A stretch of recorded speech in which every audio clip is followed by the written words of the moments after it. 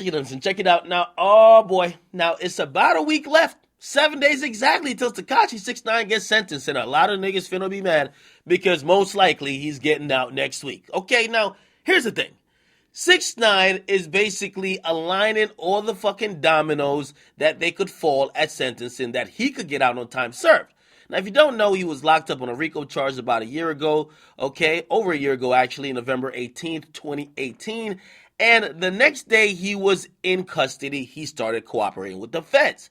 Now he helped point people out. Yo, this guy is this guy did this other guy was here. Basically painted a whole picture and broke it down to the feds. He also went on a stand, testified against the two dudes who kidnapped him. I told you in the last video, the feds told the government that without 6ix9ine, they would not be able to arrest 4 people. So basically, he's kind of instrumental in sending 4 people away. Now, let me continue, because the government said, all right, since he cooperated, we don't think he should have to take the mandatory minimum of 47 years as he pled guilty to.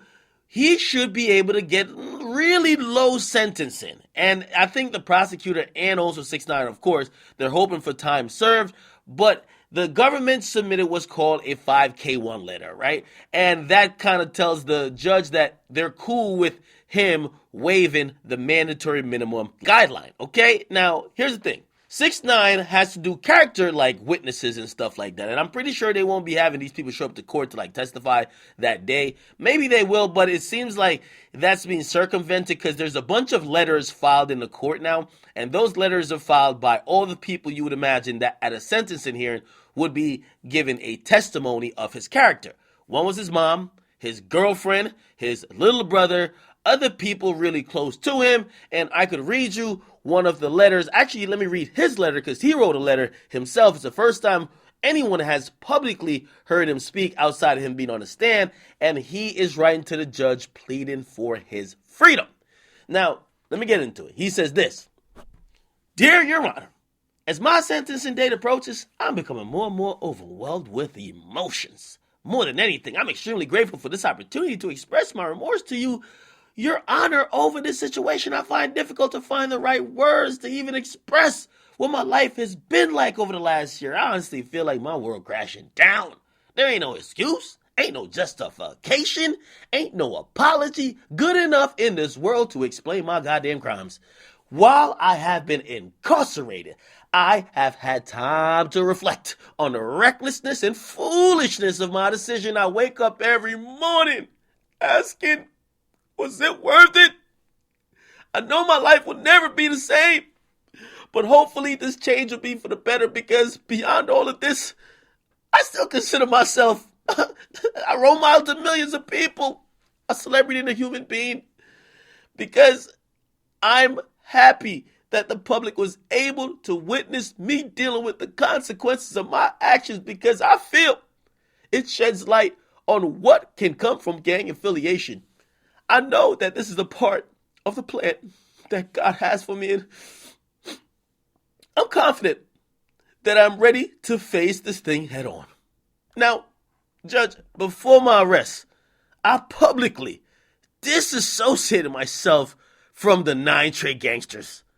But I knew it would come with a fucking price. I mean, I knew from previous incidents with the gang, they would retaliate against me for denouncing them in public. But prior to my arrest, I was kidnapped by the members of the gang. I became aware of the fact that my baby mama, the mother of my child, was having sexual relations with one of my co-defendants. And they were stealing several $100,000 from me. I had a feeling of relief when y'all locked me up, okay?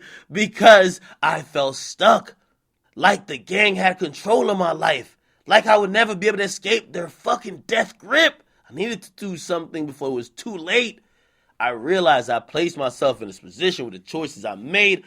I know I ain't a victim because my actions contributed to this mess. I've had plenty of time to reflect, and since the time of my arrest, I've asked myself, are you remorseful because of what happened or because you were caught?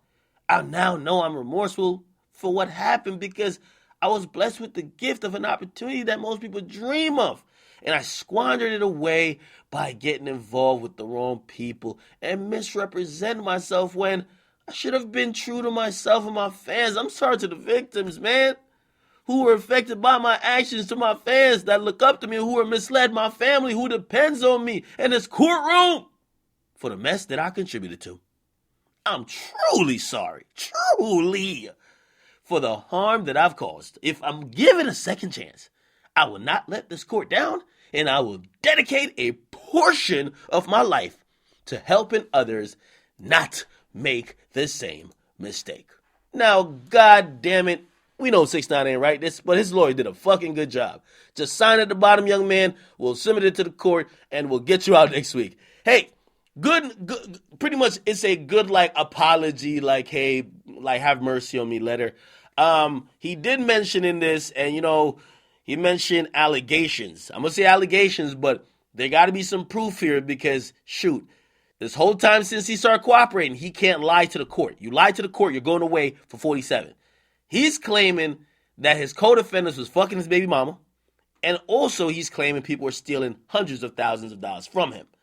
When he gets out, eventually, whenever that is, he got to expound upon that. He got to prove that, but he is claiming that to be the goddamn case, okay?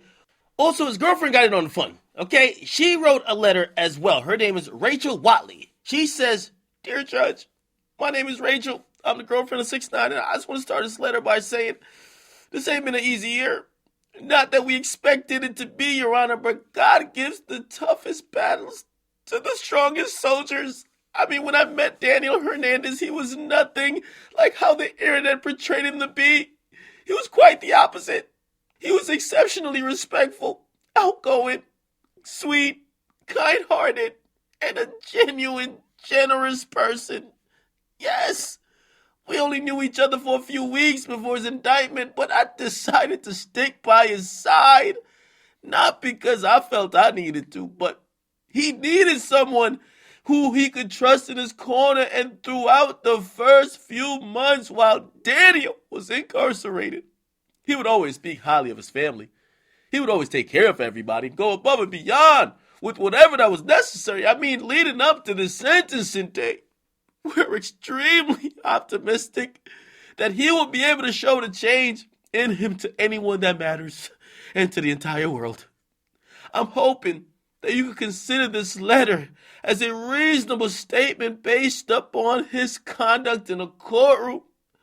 I want to thank you, Your Honor, for your time and attention in this matter." Yo, that was a good statement. Okay, good statement. The girlfriend did her thing. Mom did her thing. Little brother did her thing. The security guard did their thing. Everybody who booked him overseas and for tours and shows, they wrote letters saying they worked with him. He was a reasonable, nice guy. Basically, everybody's saying he's a good kid, okay? Now it is up to the judge. So yeah, pretty much he's doing and saying everything to get him out of jail next week. Is ultimately going to be up to the judge. Who knows if the judge is going to be like, okay, cool. We feel like you've done enough. You've been sorry enough for your crimes. We'll let you out. You've been locked up for a year already. Or they might be like, yo, here's 2 more years. You know, again, this is a very public case. Everybody's looking at the case. People are also wondering, could somebody put money on somebody's head? Could somebody start beefs and have their gang back it up? And then when all the shit comes to a halt, you basically just throw them under the bus and you just scoot out of there.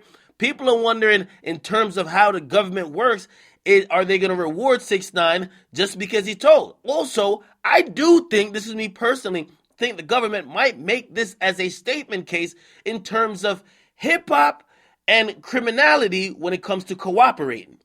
If a statement is made here by saying, yo, okay, yeah, despite what 6ix9ine did, just because he cooperated, we're going to let him out. Now when the next crime organization that is hip-hop affiliated, you know everybody in hip-hop, they hate snitches.